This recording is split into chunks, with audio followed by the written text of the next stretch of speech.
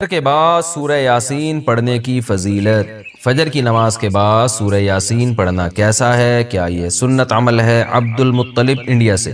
مسند دارمی کی حدیث ہے کہ نبی صلی اللہ علیہ وسلم نے فرمایا جس نے صبح سورہ یاسین کی تلاوت کی تو اللہ تعالیٰ اس کے اس طرح کے الفاظ ہیں کہ اس کے سارے کام پورے ہو جائیں گے، لیکن یہ حدیث سند کے لحاظ سے بہت زیادہ ضعیف ہے۔ فجر کے بعد کون سے کام کریں؟ فجر کے بعد ایک مسلمان کی کیا روٹین ہونی چاہیے، اس پر روشنی ڈالیں۔ ابو حنین کراچی سے۔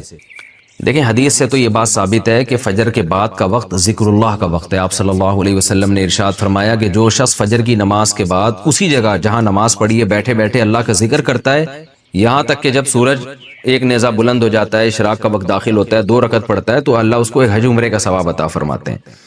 تو بہت سارے اسلاف اسی پر عمل کرتے تھے کہ فجر کی نماز کے بعد اللہ کا ذکر کیا کرتے تھے۔ یہاں تک فقہا نے لکھا ہے کہ فجر کی نماز کے بعد تلاوت کرنے سے بہتر ہے ذکر کرنا۔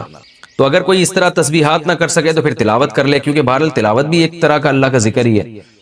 تو یہ وقت جو ہے نا ذکر اذکار کا وقت ہے، سب سے بہتر ہے ذکر کرے، وہ نہیں تو پھر تلاوت کرے۔ تو لیکن واجب کچھ بھی نہیں ہے اس میں۔ تو اگر آپ فجر سے پہلے کر لیں ذکر، فجر سے پہلے کر لیں تلاوت تو بھی جائز ہے۔ تو شریعت میں آپ کو اس کا اختیار دیا ہے، لیکن فجر کے بعد سونا فوراً یہ بہرحال شریعت میں ناجائز حرام نہ بھی ہو لیکن ناپسندیدہ ہے۔ بہت سارے اسلاف سے اس کی کراہت منقول ہے۔ تو اگر کوئی مجبور ہو تو ایک الگ بات ہے، جیسے کسی کو رات کو نیند ہی نہ آئی ہو اور اس نے صبح 8 بجے کہیں جانا ہے، اب وہ اگر فجر کے بعد نہیں سوئے گا تو وہ آگے نیند پوری نہیں ہوگی، مسائل کھڑے ہوں گے، تو وہ الگ بات ہے، وہ سو جائے۔ لیکن نارملی فجر کے بعد سونے کا معمول بنا لینا یا بلا ضرورت یہ کام کرنا شریعت میں پسندیدہ نہیں ہے۔ بہت سارے اسلاف نے اس کو ناپسند کیا ہے کیونکہ مبارک وقت ہے، اللہ اللہ کرنے کا وقت ہے۔ کچھ نہیں آپ کرتے، ایکسرسائز کر لیں اس وقت، صبح واک کر لیں جا کے، اچھی ہوا ہے، تازہ ہوا ملے گی آپ کو، جاگنگ کر لیں اس وقت جا کے، پورا دن آپ کا اچھا گزرے گا۔ تو یہ اس قسم کی ایکٹیویٹیز کرنی چاہیے۔ اور دوسری بات نبی صلی اللہ علیہ وسلم نے فرمایا بورک لامتی فی بکورہا، اللہ تعالیٰ نے میری امت کے کاموں میں برکت رکھی ہے صبح کے وقتوں میں۔ تو جتنے بھی کام جو صبح کے وقت میں کیے جائیں اس میں اللہ نے برکت بہت رکھی ہے۔ تو اس میں ایکسرسائز بھی کی جا سکتی ہے، اس میں پڑھا بھی جا سکتا ہے، کاروبار بھی کیا جا سکتا ہے۔ لوگ کہتے ہیں ہم اس وقت کاروبار کیسے کریں، دکانیں بند ہوتی ہیں۔ تو بھائی کاروبار کی پلاننگ کر رہے ہیں اس وقت بیٹھ کے آپ، ٹھیک ہے، دکان نہ کھولیں، کوئی ہے ہی نہیں کسٹمر آپ کراچی میں، تو آپ صبح اگر بیٹھیں گے دکان کھول کے ایک بندہ بھی نہیں ملے گا۔ لیکن ہمارے ایک دوست نے ایسا کیا ہے، جاننے دوست تو نہیں جاننے والے تھے، انہوں نے کیا کیا، انہوں نے کہا کہ میں فجر کے بعد دکان کھولوں گا، تو اعلان کر دیا کہ جو کسٹمر فجر کے بعد آئے گا خصوصی ڈسکاؤنٹ ہوگا ان کے ساتھ۔ تو اس میں لوگ اس بہانے جلدی جلدی جانے لگے، تو وہ ان کا اتنا رش ہو گیا کہ ان کا اس طرح سے کاروبار میں جو نقصان ہو سکتا تھا اس کی تلافی اس طرح سے ہو گئی۔ تو بہت سارے طریقے انسان جب کھوپڑی استعمال کرتا ہے تو طریقے سامنے آتے ہیں، اور کھوپڑی استعمال بھی فجر کے بعد بہت اچھے طریقے سے ہو جاتی ہے۔ بلکہ سردیوں میں تو فجر سے پہلے آپ کو کھوپڑی استعمال کرنا شروع کر دینی چاہیے، کیونکہ سردیوں میں راتیں بہت لمبی ہوتی ہیں۔ تو یہ وقت جو ہے نا انسان کا دماغ بہت فریش ہوتا ہے اور اس وقت بہت اچھا سوچ سکتا ہے، پلاننگ بہت اچھی کر سکتا ہے۔ تو یہ کام فجر کے بعد یا فجر سے پہلے یا فجر کے بعد یہ کام کرنے چاہیے۔ سورہ یاسین قرآن پاک کا دل کیوں؟ سورہ یاسین کو قرآن پاک کا دل کیوں کہا جاتا ہے، اس کی کیا وجہ ہے؟ شمائلہ سبی سے شمائلہ صاحبہ نے پوچھا ہے۔ جی یہ بھی پوچھا تھا بیچاری خاتون نے، رمضان سے 2 مہینے پہلے پوچھا ہوگا، جواب اب مل رہا ہے ان کو۔ جی سورہ یاسین کو قرآن پاک کا دل کہا گیا ہے، جس حدیث میں ترمذی کی حدیث ہے، امام ترمذی نے اس حدیث میں لکھا ہے کہ یہ حدیث غریب ہے، لیکن دیگر جو محققین ہیں انہوں نے اس حدیث کو بالکل ضعیف قرار دیا ہے، اور بعض نے تو بالکل موضوع قرار دیا۔ تو موضوع قرار دینے والی بات تو تھوڑی مبالغہ لگتی ہے، لیکن ضعیف بہرحال یہ حدیث ہے جس میں آتا ہے کہ سورہ یاسین قرآن کا دل ہے، اور ضعیف بھی بہت زیادہ ضعیف حدیث ہے۔ تو اب جب کوئی کسی چیز کی فضیلت میں ضعیف حدیث ہوگی تو پھر اس میں علماء کی 2 رائے ہیں۔ بعض علماء کہتے ہیں کہ اس سے کوئی شرعی مسئلہ تو ثابت ہو نہیں رہا، لہذا اس حدیث کو بیان کرنے میں کوئی حرج نہیں ہے، فضائل میں ضعیف حدیث بیان کی جا سکتی ہے۔ اور بعض علماء کا موقف ہے کہ نہیں بھائی، فضائل کے باب میں بھی احتیاط کرتے ہیں کہ جی حدیث صحیح ہی ہونی چاہیے۔ تو اس میں ہمارے ہاں نا غلو بہت ہے۔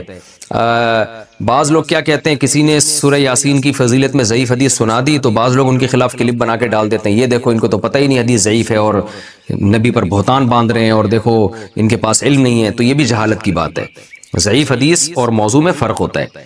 تو اور بعض کیا کرتے ہیں، ان کا معیار ایسا ہوتا ہے، اتنا گر جاتا ہے کہ ان کو صحیح حدیث سے پتہ نہیں کچھ چڑ سی ہو جاتی ہے، وہ کبھی کسی موضوع پر التزام ہی نہیں کرتے کہ ہم صحیح حدیث پیش کر دیں لوگوں کے سامنے۔ اس بارے میں صحیح حدیث بھی ہوتی ہیں اس موضوع سے متعلق۔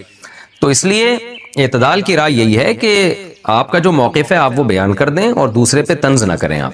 تو ہماری رائے یہی ہے کہ جب ہمارے پاس صحیح احادیث سے اتنی چیزوں کی فضیلتیں ثابت ہیں تو ہمیں ضعیف کی طرف جانے کی ضرورت نہیں ہے. تو میرا تو طریقہ یہی رہا ہے کہ بھئی جب سورہ یاسین کے بارے میں جو یہ حدیث ہے کہ قرآن پاک کا دل ہے، یہ صحیح حدیث نہیں ہے، تو میرا موقف یہی ہے کہ اس میں احتیاط کی جائے، نہ بیان کی جائے وہ حدیث. لیکن اگر وہ عالم یہ حدیث بیان کرتے ہیں ممبر پہ سورہ یاسین کی فضیلت میں، تو ان پہ طنز نہیں کیا جا سکتا، کیونکہ کوئی شرعی مسئلہ نہیں بیان کیا جا رہا. کیونکہ سورہ یاسین کا مضمون بہرحال اتنا جاندار، اتنا شاندار ہے کہ اس ضعیف روایت کی تائید اس سے بہرحال ہوتی ہے کہ اس کے مضمون کو جب آپ دیکھتے ہیں تو لگتا ہے کہ یہ واقعی قرآن پاک کا دل ہے. اولم یر الانسان انا خلقناہ من نطفۃ فاذا هو خصیم مبین. نبی کے پاس ایک شخص جو ہے نا قبر کی بوسیدہ ہڈی لے کر آیا اور کہنے لگا اس میں جان کون ڈالے گا. سورہ یاسین میں اللہ نے آخری رکوع نازل کیا کہ یہ انسان جو آپ کے پاس ہڈی لے کر آیا ہے یہ دیکھتا نہیں ہے ہم نے اس کو منی کے قطرے سے بنایا، اور آج یہ ہم پہ اعتراض کر رہا ہے کہ اس بوسیدہ ہڈی میں کون جان ڈالے گا. قل یحییھا الذی انشأھا اول مرہ. آپ اس سے کہتے ہیں وہی جس نے اس ہڈی کو پہلی دفعہ بنایا نا، اسی ہڈی سے پوچھئے، بتائے گی جس نے مجھے پہلی دفعہ بنایا ہے وہ مجھے دوبارہ بھی بنا سکتا ہے. تو ایسے جاندار مضامین ہیں سورہ یاسین کے، تو اس لحاظ سے اس کو دل کہہ دینے میں کوئی حرج نہیں ہے. لیکن بہرحال اس بارے میں جو روایت ہے وہ کافی ضعیف روایت ہے. تو ہمارا طرز یہ ہے کہ جو صحیح احادیث ہیں، جیسے عبداللہ ابن عباس رضی اللہ عنہ سے ایک اثر منقول ہے سورہ یاسین کی فضیلت میں، صبح و شام پڑھنا چاہیے سورہ یاسین کو. تو ایسے صحیح روایات کا اگر ہم التزام کریں تو یہ زیادہ بہتر ہے. عام طور پر جو صورتوں کے الگ الگ فضائل کے بارے میں جو احادیث ہیں نا، انسان کی عادت یہ ہے کہ جب اس کی ہر خواہش پوری ہو رہی ہوتی ہے، ہر نعمت اسے مل رہی ہوتی ہے، تو اس کے دل سے نعمت کی قدر ختم ہو جاتی ہے اور وہ ناشکری پہ آ جاتا ہے. اس کو پھر یاد دلانا پڑتا ہے یہ بھی اللہ کی نعمت، یہ بھی اللہ کی نعمت، یہ بھی اللہ کی نعمت. آپ کے دل میں نعمت کی قدر بیٹھ جائے، یہ دو طریقوں سے ممکن ہے. دیکھو ہم ٹینشن میں کیوں جاتے ہیں، پریشان کیوں ہوتے ہیں؟ اس لیے کہ ہم احساس کمتری میں چلے جاتے ہیں. ہمیں ایسا لگتا ہے کہ ہمارے پاس یہ نعمت نہیں ہے، اسی سے پھر ہم ٹینشن میں جانا شروع کرتے ہیں. ایک چھوٹی سی میں اپنے بارے میں وضاحت کروں، میں ٹینشن اور ڈپریشن کے بارے میں بیان بہت کرتا ہوں. تو ہو سکتا ہے کسی کو یہ اعتراض ہو کہ یہ ماہر نفسیات کا ٹاپک ہے، یہ مفتی صاحب کا موضوع نہیں ہے. یہ ممکن ہے نا؟ اب میں جمعے کا ہر بیان گردوں کے بارے میں کرنا شروع کر دوں، گردوں کو کیسے صحت مند رکھا جاتا ہے، کیا کھانا چاہیے کیا نہیں کھانا چاہیے، تو آپ کیا کہیں گے؟ بھائی مفتی صاحب یہ کڈنی کے اسپیشلسٹ کا ٹاپک ہے، عام ڈاکٹروں کا بھی نہیں. تو یہ مولاناؤں کا ٹاپک نہیں ہے. ایک تو یہ آپ کا ٹاپک نہیں ہے. دوسری بھائی آپ کوئی کڈنی اسپیشلسٹ ہیں کہ آپ کو اس کے بارے میں بہت زیادہ معلومات ہوں؟ دونوں چیزیں دیکھی جائیں گی نا. یعنی آپ کی نالج بھی اس بارے میں پوری نہیں ہے، اگر ہوتی تو آپ اسپیشلسٹ ہوتے کڈنی کے.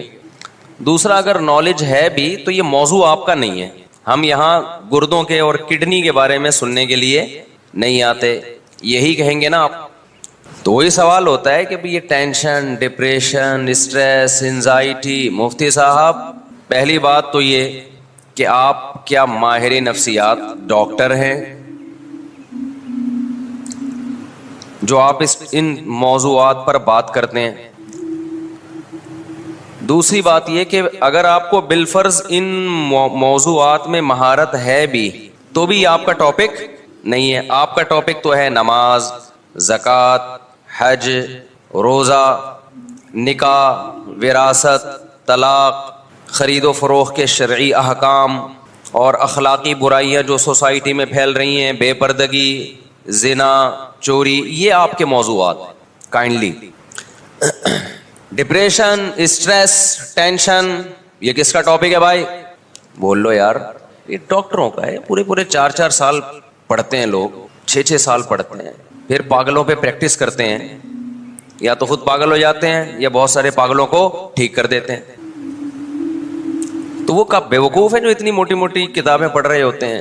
شعور، تحت شعور، وہ دیکھا ہوگا نا نفسیات کی کتابوں میں آپ نے، انکانشیس، کانشیس، پوری زندگی ان کی اسی بحث میں گزرتی ہے. تو میں پھر اس پہ اتنا کیوں بولتا ہوں اکثر میرے بیان میں یہ آ رہا ہوتا ہے بھائی یہ ڈپریشن کا علاج ہے, اسٹریس کا علاج ہے.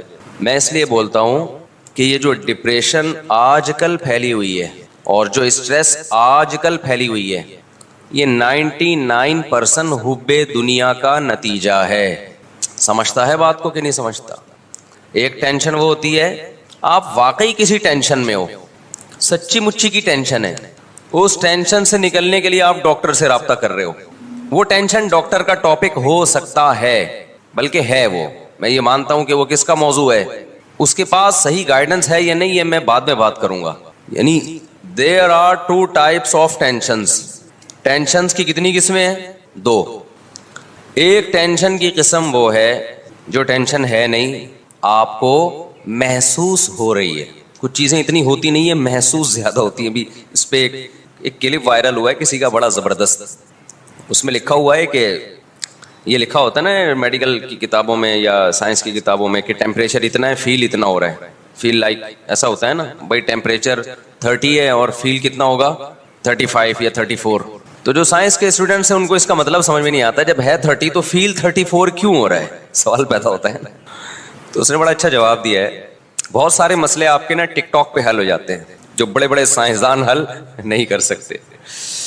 تو اس نے کہا کہ دیکھو آپ کے والد صاحب آپ کی بے عزتی کر رہے ہیں, آپ کو بے عزتی فیل ہو رہی ہے, اچانک آپ کے دوست آ جائیں تو بے عزتی کا جو تناسب ہے وہ تو وہی رہے گا, فیلنگ آپ کی, بولو یار کیا ہو گیا, بڑھ جائے گی, فیلنگ بڑھ جائے گی آپ کی. بے عزتی تو اتنی ہے جتنی ہوئی ہے آپ کی. کوئی بندہ آ جائے, کوئی آپ کا دوست جاننے والا جس کے سامنے آپ کے ابا نے بے عزتی کی ہے, تو بے عزتی کا لیول وہی ہے, تناسب وہی ہے, بے عزتی کی فیلنگ کیا ہو جائے گی. تو انہوں نے کہا ایسے ہی بعض دفعہ ٹیمپریچر 30 ہوتا ہے, لگتا کتنا ہے 35 لگ رہا ہوتا ہے. تو میں نے یہ لطیفہ برائے لطیفہ نہیں سنایا, بعض دفعہ ٹینشن 10 ڈگری ہوتی ہے, فیل 99 ڈگری ہو رہی ہوتی ہے, اگر ڈگری میں ہم اس کی یونٹ کو فرض کر لیں. بعض دفعہ ہوتی ہی نہیں ہے ٹینشن, بلا وجہ کی فیل ہو رہی ہے آپ کو, سمجھتے ہو, بلا وجہ کی کچھ بھی نہیں ہے, آپ کو خامخواہ میں فیل ہو رہی ہے. 3 درجات ہیں, ایک یہ کہ ٹینشن 10 ڈگری ہے, یا ہم ٹیمپریچر سے ہی کر لیتے ہیں نا اس کو کمپیئر, ٹینشن 30 ڈگری ہے, فیل کتنی ہو رہی ہے 35. ایک تو یہ ہے, یہ بھی حماقت ہے اتنی فیل آپ کو, آپ کی باڈی میں کچھ گڑبڑ ہوگی نا, اس کا مطلب ہے یار کیا ہو گیا, پتہ نہیں کس اسٹائل میں بیٹھے ہیں آپ لوگ, تو صبح صبح ناشتہ کر کے آئے ہیں نا آپ لوگ. ایک درجہ یہ ہے کہ ہے 30, محسوس کتنی ہو رہی ہے 35. ایک درجہ یہ ہے کہ ہے 30 اور محسوس بھی کتنی ہو رہی ہے 30 ہی ہو رہی ہے. ایک درجہ یہ بہت ہی عجیب ہے, وہ یہ کہ ٹیمپریچر 0 سے بھی کم ہے, یعنی ٹیمپریچر ہے ہی نہیں, -30 ہے اور محسوس +30 ہو رہا ہے, یعنی سردی لگنی چاہیے, مائنس میں ٹیمپریچر چل رہا ہے, ٹیمپریچر کا کوئی سبب موجود نہیں ہے, ڈیپ فریزر میں بیٹھا ہوا ہے پھر بھی گرمی لگ رہی ہے. تو یہ تو پاگل پنے کی انتہا ہے یا نہیں ہے؟ کیا خیال ہے بھائی؟ یہ تو لگ رہا ہے کوئی اور ہی مخلوق ہے, یہ انسان کا بچہ نہیں ہے. ابھی پتہ ہے کیا ہے, اب یہاں میں نے جو مثال دی ہے نا اس پہ فٹ کریں اس کو. ایک تو یہ ہے کہ آپ کو جو پریشانیاں ہیں 30 ڈگری ہیں, محسوس کتنی ہو رہی ہیں 35. یہ بھی حماقت ہے یا نہیں ہے؟ جتنی ٹینشن ہونی چاہیے اس سے ڈبل ہو رہی ہے, 30 کے بجائے 60 ہو رہی ہے. چھوٹا سا غم ہے, محسوس کیا ہو رہا ہے بہت زیادہ. پاگل پن ہے یا نہیں ہے؟ یہ تو بول لو کہ پاگل پن ہے. ایک یہ ہے کہ ٹینشن 30 ہے اور محسوس بھی کتنی ہو رہی ہے 30 ہی محسوس ہو رہی ہے, یہ نارمل آدمی کو ہو سکتا ہے. ایک یہ ہے کہ ٹینشن ہے ہی نہیں, خوشیاں ہی خوشیاں ہیں, محسوس ٹینشن ہو رہی ہے. ابے کیا ہو گیا, زندگی خوشیوں سے بھری ہوئی ہے, محسوس کیا ہو رہی ہے اسٹریس میں جا رہا ہے, اوپر کی سیٹنگ پریشانیوں کی وجہ سے آؤٹ ہو رہی ہے, حالانکہ ہے وہ خوشیوں میں. 99% لوگ اس زمانے میں اس لیول پہ ہیں, اس کیٹیگری میں ہیں. خوش ہونے کا موقع تھا, شکر کا موقع تھا, نعمتوں کے سمندر میں ڈوبے ہوئے ہیں, محسوس کیا ہو رہا ہے ان کو, ٹینشن محسوس ہو رہی ہے. تو اب ہوگا کیا؟ تو یہ مذہب کا ٹاپک اس لیے ہے کہ یہ ہے ناشکری, جس کی بیس پہ آپ کو پریشانی ہو رہی ہے. اور ناشکری کس کا ٹاپک ہے بھائی؟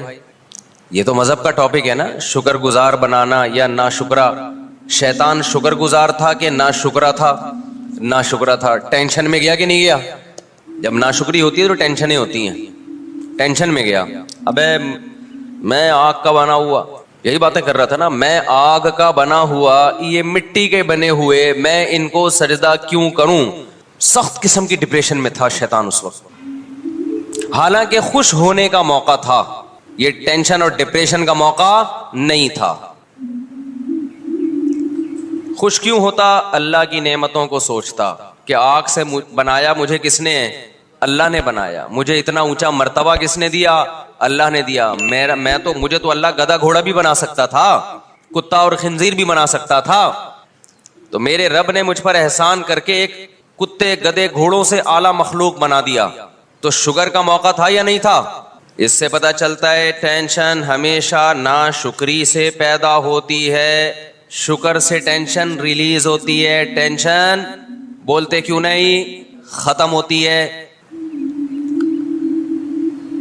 شیطان الٹا سوچ رہا تھا, اتنی ٹینشن میں آیا, بولے یہ کیا یار, ہاؤ از اٹ پاسبل, یہ کیسے ممکن ہے کہ میں مٹی کی بنی ہوئی مخلوق کو سجدہ کروں. اور یاد رکھو, مجھے بات بتاؤ, ٹینشن میں صحیح فیصلے ہوتے ہیں یا غلط فیصلے ہوتے ہیں؟ ٹینشن میں کبھی کسی کو دیکھا صحیح فیصلہ کرتے ہوئے؟ غصے میں آئے اور ایک دم صحیح فیصلہ کر دیا اس نے. طلاقیں خوشی میں ہوتی ہیں, غصے میں ہوتی ہیں؟ غصے میں ہوتی ہیں. پھر بعد میں 99% لوگ پچھتاتے ہیں, اور بہت سے لوگ طلاقیں دے کے غلط کام کرتے ہیں. ٹینشن میں طلاق دی, غلط کام کیا, پھر 3 طلاقوں کے ایک ہونے کا فتویٰ لے کے اس سے بھی زیادہ غلط کام کر لیا. ساری زندگی حرام کاری میں مبتلا رہتے ہیں, سمجھتے ہو؟ اور دعویٰ یہ کرتے ہیں ہم صرف قرآن و حدیث کو مانتے ہیں, اور جب ان کو قرآن و حدیث کے دلائل دیے جائیں تو کہتے ہیں اختلافی مسئلہ ہے. جہاں سے راستہ ملے گا وہاں کیا کرے گا؟ بھاگے گا. پھر جب ان کو بتایا جائے جنہوں نے کہا اختلافی ہے وہ اختلافی ہے نہیں, اجماعی ہے, پھر کہتے ہیں بھائی ہم تو مفتیوں کے قول کے پابند ہیں, ہمیں تو ایک مفتی نے فتویٰ دیا ہے. آخرت کی عدالت جو لگے گی نا, اس میں طبیعت سے چترول لگ جائے گا. ہمارا کام بتانا ہے, منوانا نہیں. طلاقیں دیتے کہ بیویوں کو جو رکھتے ہو نا اہل حدیث سے فتویٰ لے کے, بیوی حلال نہیں ہوتی اس سے, سمجھتے ہو کہ نہیں سمجھتے؟ زبان پہ قابو رکھا کرو, غصے میں اپنے آپ پہ کنٹرول کیا. بچے کی جب شادی ہو نا, شادی سے پہلے بتا دو طلاق کا لفظ زبان سے مذاق میں بھی نکالا تھپڑ آئے گا, اس کو پہلے بتا دو. سر پھاڑ دیا نا, اس کی تلافی ہو سکتی ہے, ٹانکے لگ جائیں گے, جڑ جائے گا دوبارہ. میں نے بہت سے لوگ دیکھے ان کا سر کھل گیا تھا, ڈاکٹروں نے ایلفی سے جوڑ دیا.